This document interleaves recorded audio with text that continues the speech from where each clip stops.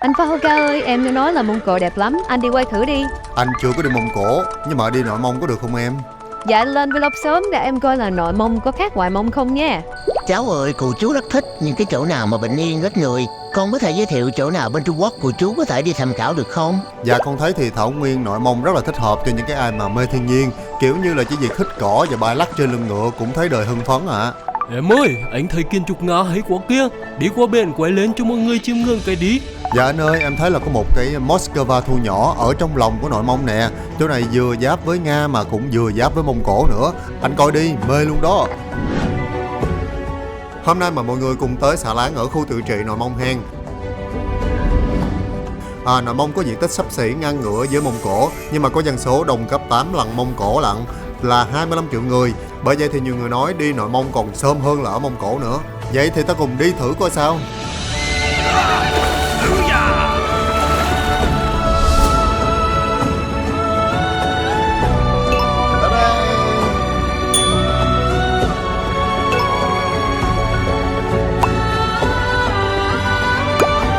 Ở đây có cái nước Nga.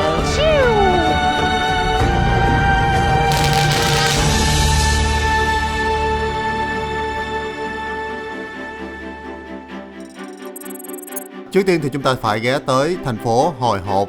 Đây chính là thủ phủ của vùng Nội Mông. Đây chính là nhà ga Ô Lan Sát Bố. Ô Lan Sát Bố. Đây là trang phục của người Mông Cổ. Đây tạo cảnh giống như Thảo Nguyên Mông Cổ vậy nè. Nàng bò hơn chó rồi trời. Mất cái sừng rồi. Bây giờ thì mình tới nhà ga này để bắt tiếp tục một chuyến tàu nữa đi tới một cái thành phố gọi là thủ phủ của vùng tự trị Nội Mông, có tên là Hồ Hệt. Bây giờ mình vào trong nhé để tiếp tục khám phá khu tự trị Nội Mông của đại lục. Đây chính là thủ phủ, đồng thời cũng là trung tâm hành chính, kinh tế, văn hóa của khu tự trị Nội Mông. Trong tiếng bản địa Mông Cổ thì đây có nghĩa là thành phố xanh. Ngoài dân tộc Mông Cổ thì còn có người Duy Ngô Nhĩ ở vùng này. Ở đây vừa có Phật giáo, Hồi giáo và Cơ đốc giáo nữa. Thôi một cơn mưa vừa tạt qua đã xóa tan đi cái nóng của vùng Thảo Nguyên. Và đây chính là quảng trường của thành phố gọi là Hot Hot. Nghe thôi đã thấy nóng rồi. Thủ phủ của vùng Nội Mông. Và sau lưng mình đó là một bức tượng của A Nhĩ Khả Hãn. Đó là người đã thành lập ra cái thành phố này. Ông là hậu duệ của Nguyên Thế Tổ Hốt Tất Liệt. Tên của ông có nghĩa là Khả Hãn Vàng trong tiếng Mông Cổ. Ông là hoàng đế quy y Phật giáo Tây Tạng, từng cai trị một cái vùng đất rộng lớn dưới thời của nhà Minh. A Nhĩ Thản Hãn cũng có công mang Phật giáo Tây Tạng vào Mông Cổ. Hoàng đế Phật tử băng hà vào năm 1583, chỉ 4 năm sau cuộc gặp gỡ với Đức Đạt Lai Lạt Ma thứ ba, và cháu trai của A Nhĩ Thản Hãn, John Tanscasto, được chọn làm Đức Đạt Lai Lạt Ma thứ tư. Thôi mưa nữa rồi. Và cạnh đây là một cái ngôi chùa cổ. Xung quanh đây chính là một cái khu phố cổ. Chúng ta hãy cùng đi khám phá khu phố cổ Nội Mông nhé.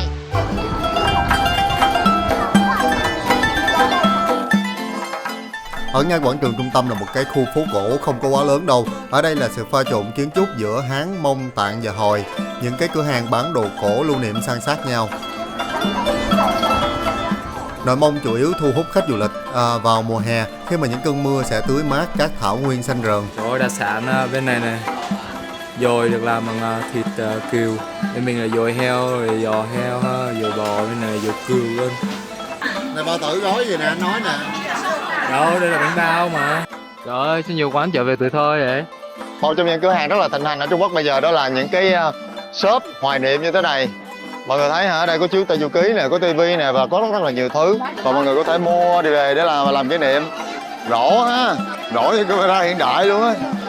Kinh thiệt. Làm tăng khẩu vị trên dây luôn kìa. Trời ơi, ở xem đây những chuyện tranh ngày xưa mình đọc nè. Rồi rất là nhiều đồ cổ nào, có đèn pin nữa nè. Đồ giả cổ không mà nha. Bình thủy, hình của Chủ tịch Mao cũng có dán ở trên này. Giờ đây thì sẽ có rất là nhiều món mà nhìn thôi đã thấy hoài niệm về tuổi thơ của mình rồi. Đây, trò chơi bá đạo ngày xưa. Thấy chúng cái nào? Ôm, hết nước rồi nè. Trời ơi, cái món đồ chơi mà hồi nhỏ mình hay chơi mà bây giờ vẫn còn tìm thấy ở Trung Quốc mọi người ơi. Đây nè, rồi có những hạt đạn nữa nè. Đạn rồi bong bóng, thổi. Để vô cái đầu này thổi phùng lên, nó đủ rồi đó. Ở đó thích ngậm này nữa nè phải không? Thích ngậm trong miệng. Ấy vậy? Vừa thôi. Nổi. Nổi thôi. Tại nó bánh xị rồi bánh bèo vô dụng thiệt. Bánh bèo vô dụng. Chai thổi bong bóng nữa nè. Ôi, không giờ là những cái vật ngày xưa là có thể tìm ở Trung Quốc dễ dàng như vậy. Xà bông con ong nữa. Ôi, đông quá, không có vô được nổi nè. Tôi chưa đứng ở bên đó nữa. Dễ thương quá. Đi qua đây. Thôi đây là tất cả những cái loại bánh kẹo tuổi thơ nha. Mọi người nhìn thôi là đã thấy nhớ về thời học sinh của mình nè ha. Cứ ra chơi là mua những cái loại kẹo như thế này ăn. Ôi có kẹo cao su tròn nữa nè, hình trái dưa hấu. Bây giờ mình mới biết là cái bánh đậu ở miền Bắc, ở Việt Nam mình lại là tuổi thơ của rất là nhiều người Trung Quốc nha. Họ rất là thích ăn bánh đậu kim tường. Đây. Và trong phố cổ có một trong những ngôi cổ tự nổi tiếng nhất ở đây, đó chính là chùa Đại Chiêu.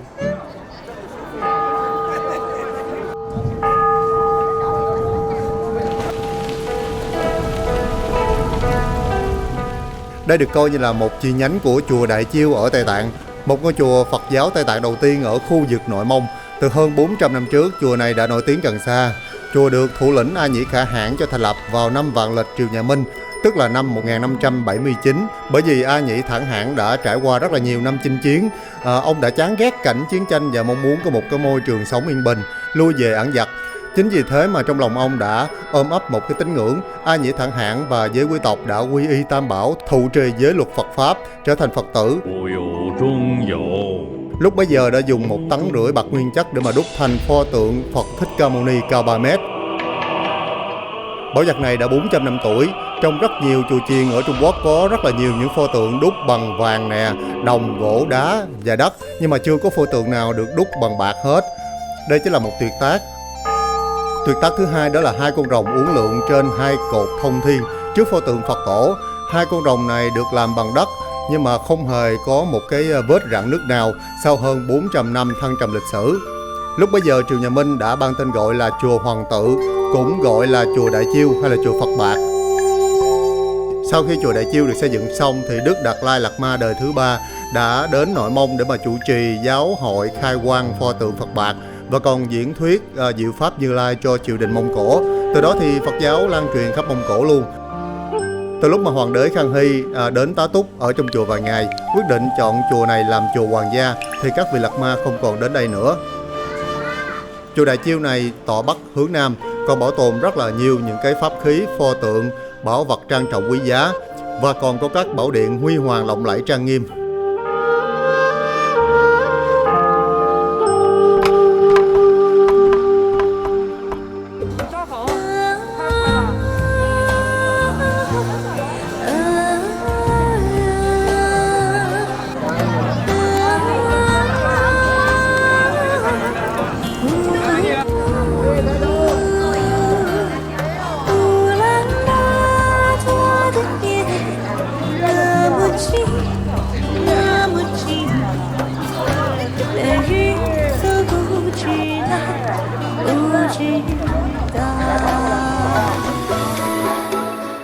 Trước khu vực của chùa Đại Chiêu và phố cổ có rất là nhiều người trong trang phục Tạng và Mông chụp ảnh chân dung với nhau, giống như là thể hiện nét pha trộn giao lưu văn hóa rất là đặc trưng của cái vùng này. Nếu như mà có dịp tới Nội Mông thì mọi người nhớ chụp với trang phục của người Mông Cổ để làm kỷ niệm nha.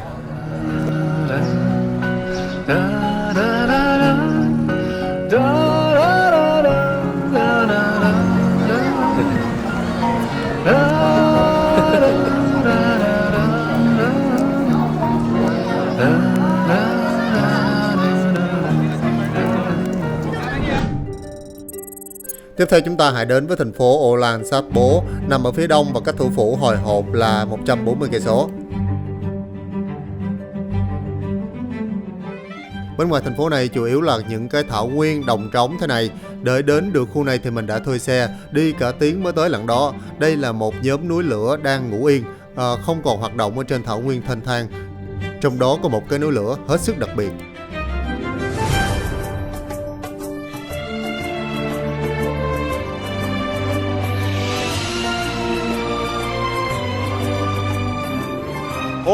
Chào chào mọi người, mình đang ở ngoài gì đó, ở ngoài vũ trụ.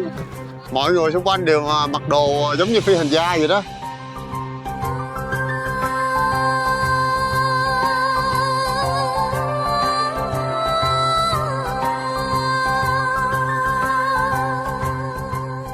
Tới đây người ta phải mặc đồ bảo hộ thế này, phải trang bị một cái lớp áo giáp vô trọng lực nữa, bình dưỡng khí chống độc nữa kìa. Đất đá ở đây thì giống như là một cái hành tinh khác. Vì sao vậy trời, nơi này có thật sự nguy hiểm như vậy không? Người ta mặc đồ như vậy để làm gì?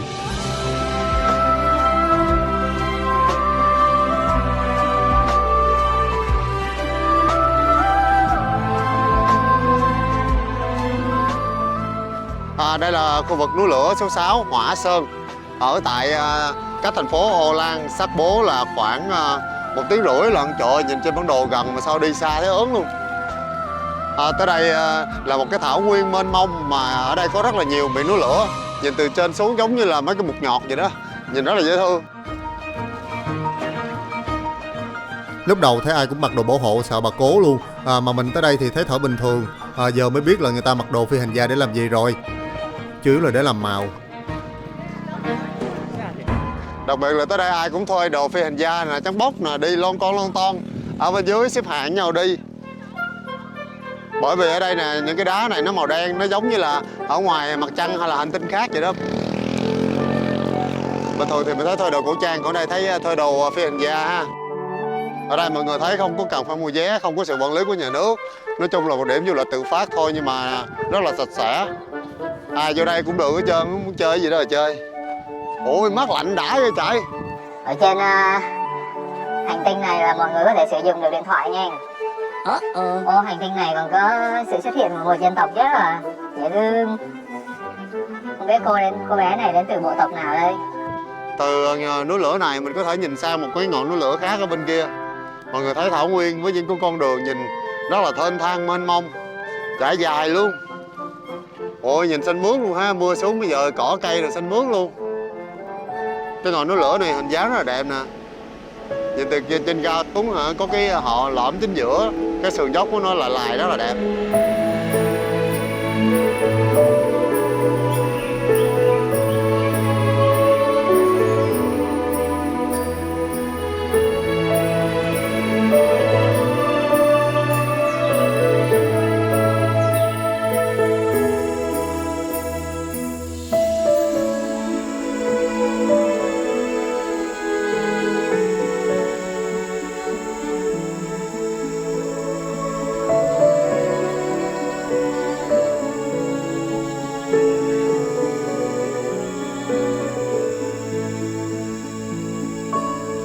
Còn cái núi lửa bên này thì đi thò lùi giống như một cục than đá vậy đó. Mà cái điểm này núi lửa xấu nhất lại được tham quan nhiều nhất, bởi vì nó đang thò lùi, rất là thích hợp để chụp hình. Thảo Nguyên chiếm khoảng 40% diện tích ở đại lục, đa phần nằm ở phía bắc giáp ranh giới với Mông Cổ. Từ hạ cho tới thu là thời điểm rất là lý tưởng để mà có thể ngắm những bãi cỏ xanh mướt trải dài vô tận, thêm những cái chánh rừng bạch dương đang thay màu lá trên những cái đồng cỏ ướt át.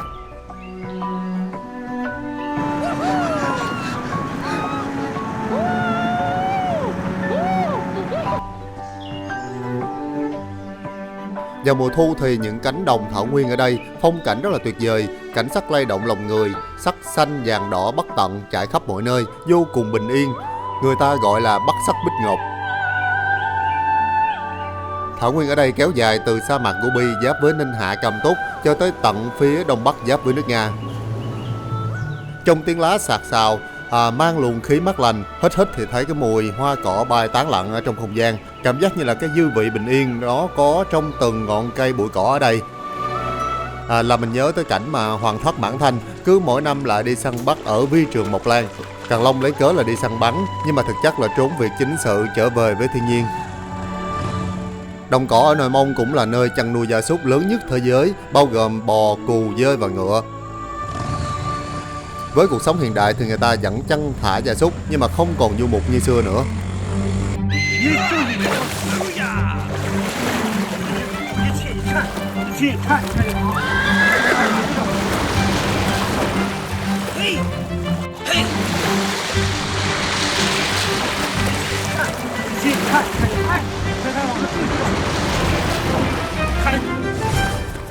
Sinh đẻ trên thảo nguyên rộng lớn, người Nội Mông và Mông Cổ trước hết phải là thuần thục việc cưỡi ngựa trước đã.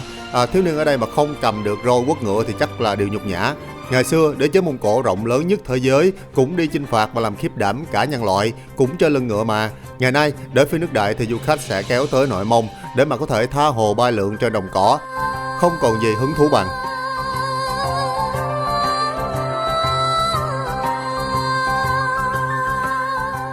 Bây giờ tới Nội Mông mà để trải nghiệm ngủ ở trong liều du mục thì hiếm lắm mới gặp. Các liều ngày nay không còn di động rài đây mai đó nữa, mà toàn là liều cố định thế này cho du khách để nghỉ chân. Bởi vậy giờ mà muốn tìm hiểu về cuộc sống du mục trên thảo nguyên thì mình đã tới Bảo tàng Nội Mông. Người du mục thì kéo cả nhà lùa đàn gia súc tới những cái nơi mà cỏ xanh tốt, rồi dựng liều gọi là vuốt và sống ở đó. Cuộc sống đơn giản tự cung tự cấp, nước uống thì lấy từ suối, thức ăn thì lấy từ thịt của gia súc và mặc đồ từ lông thú.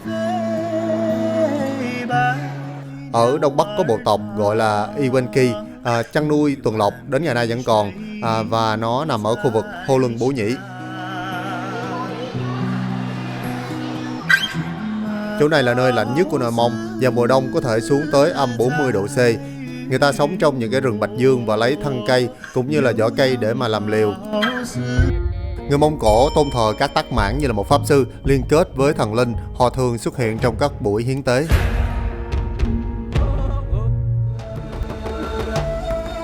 Đế quốc Mông Cổ thành lập khi mà hợp nhất các bộ lạc Thảo Nguyên và đột quyết lại. Hậu duệ của người Mông Cổ đã lập ra nhà Nguyên, cai trị Trung Nguyên gần một thế kỷ, cho đến khi nhà Minh chiếm Thượng Đô trục xuất người Mông Cổ ra khỏi Trung Nguyên. Nhà Minh đã cho tái thiết Vạn Lý Trường Thành. Người Mông Cổ sau khi đã mất Trung Nguyên thì rút về tái ngoại phía bắc của sa mạc Gobi và thành lập nên Bắc Nguyên. Cuối đời nhà Minh, nội nhị cấp Xích hợp nhất các bộ lạc nữ chân Mông Cổ tại Bản Châu đã thành lập ra nước Hậu Kim. Người Mãn sau đó đã xâm nhập vào Trung Nguyên, lập ra Đại Thanh, cai trị cả khu vực Mông Cổ rộng lớn. Hoàng đế còn kiêm luôn vai trò là Hãn Mông Cổ. Tuy nhiên sau đó thì người Mãn cũng bị Hán hóa, rồi cho nông dân người Hán tới định cư cả Mông Cổ lẫn Mãn Châu. Sau khi nhà Thanh sụp đổ vào năm 1912, khu vực ngoại Mông Cổ tuyên bố độc lập từ Đại Thanh dưới sự giúp đỡ từ phía Liên Xô. Vào năm 1924 thì Cộng hòa Nhân dân Mông Cổ tuyên bố thành lập. Sau Thế chiến thứ hai thì Cộng sản Đảng đã giành được quyền kiểm soát Mãn Châu cũng như là Nội Mông với sự hỗ trợ từ Liên Xô. Sau đó thì khu tự trị Nội Mông được thành lập vào năm 1947 dưới quyền kiểm soát của Trung Quốc, tách biệt hoàn toàn với ngoại Mông là Mông Cổ hiện nay. Và để xem một bản tình ca du mục trên thảo nguyên thì mình đã đến một buổi trình diễn, mời mọi người cùng coi chung nha. Wow, và buổi tối ở thành phố thủ phủ của Nội Mông đó chính là Ho Hot, thì mình sẽ đi xem một cái show trình diễn rất là ấn tượng, và ngay cả cái kiến trúc ngoài sau lưng mình cũng rất là ấn tượng. Đó chính là rạp hát để trình diễn một cái chương trình có tên là Thiên Cổ Mã Tụng.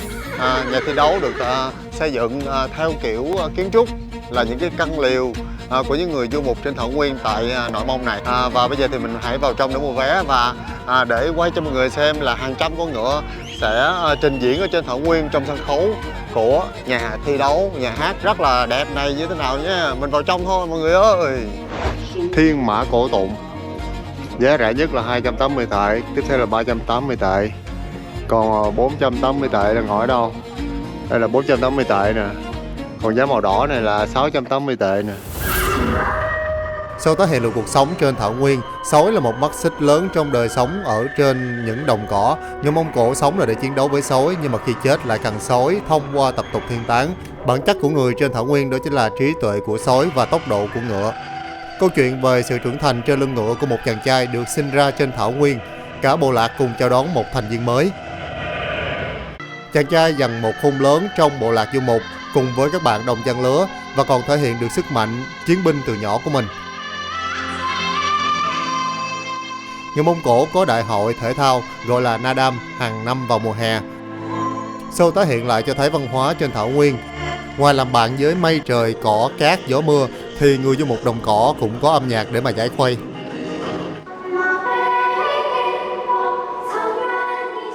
Chàng trai bây giờ đã trưởng thành và được bố mẹ tặng cho một chú bạch mã.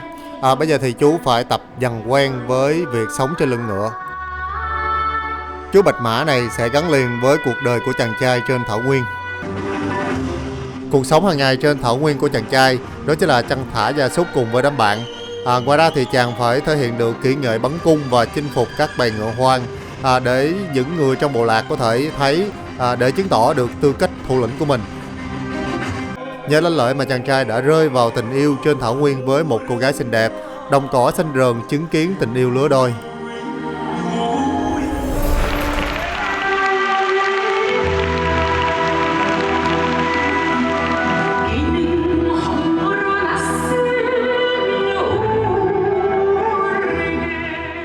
Vậy là ngày trọng đại cũng đã tới. Nhìn chung thì nghi thức đám cưới của nội Mông Cổ cũng khá giống ở Trung Nguyên. Cũng dở mạng che mặt, cũng uống rượu giao bôi.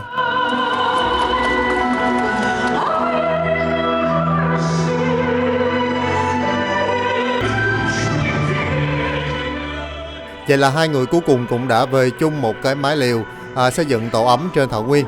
Tuy nhiên, hai người hạnh phúc chưa được bao lâu thì binh biến tới.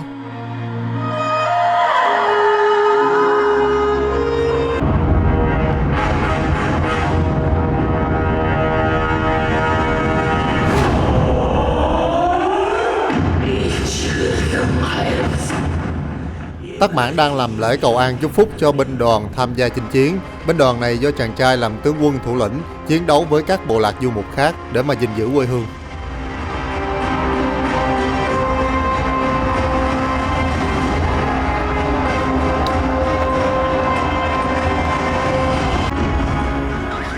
Chú Bạch Mã đã từng lớn lên cùng với chàng trai trên thảo nguyên cho tới lúc kết hôn, giờ cũng phải cùng chàng ra chiến trận.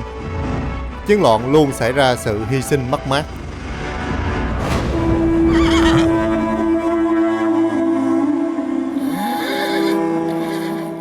Chú Bạch Mã, người bạn tâm giao của chàng thủ lĩnh như đã kiệt sức, còn chàng trai thì cũng đã thân phế tàn. Nhưng mà hiểu được ý của chủ nhân không muốn bỏ mạng nơi chiến trường, chú Bạch Mã đã vực dậy cố gắng mang chàng trai trở về quê nhà.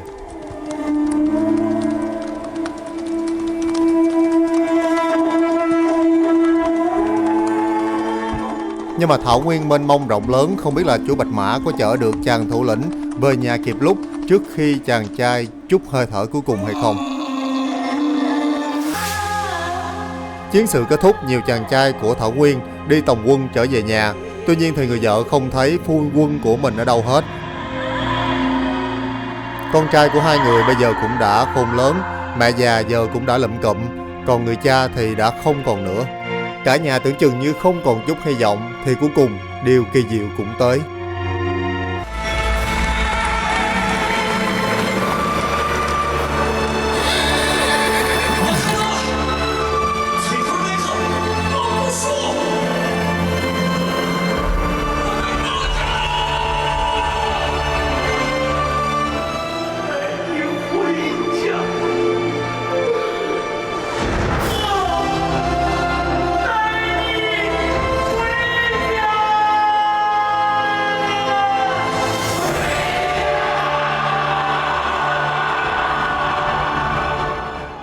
Chiến mã được cả bộ tộc ca tụng như là một chiến binh dũng mãnh. Nếu không có những chú ngựa tốt như Bạch Mã thì đã không làm nên những anh hùng trên đồng cỏ, đã chinh phạt khắp thiên hạ. Chú Bạch Mã sau nhiều năm cống hiến cuối cùng cũng đã công thành danh toại và được tự do. Đây là một show diễn quá ấn tượng và cực kỳ cảm động, thể hiện được tình cảm giữa con người và động vật. Dù là chúng ta có thuần phục được cả thế giới, nhưng mà thật khó lòng để mà chinh phục được tâm tính của chính mình.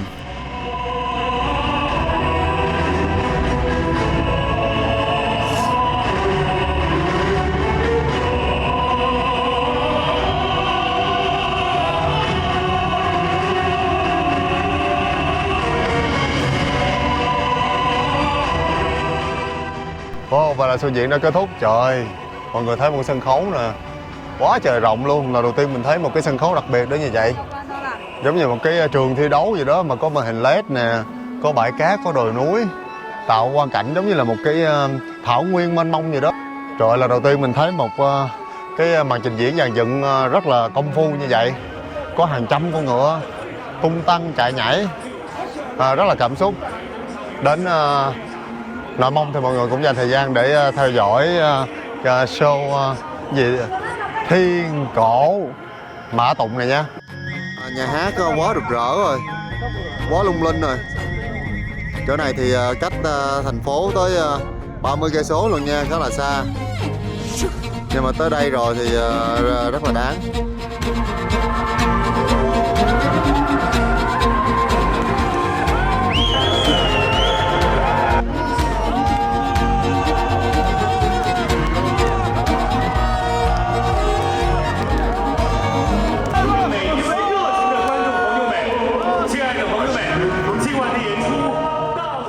Số trình diễn trên lưng ngựa vừa rồi cũng đã khép lại phần 1 khám phá xê dịch đến Nội Mông. Mời cô chú anh chị và các bạn xem tiếp tập 2 trong chương trình phần sau.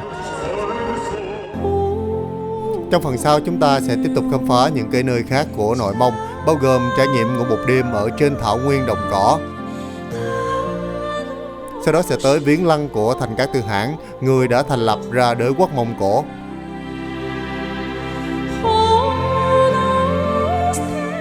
Đặc biệt nhất là chúng ta sẽ tới với một cái thành phố Nga ở trong lòng của Nội Mông. Và còn nhiều điều hấp dẫn thú vị hơn nữa. Cảm ơn và hẹn gặp lại phần sau.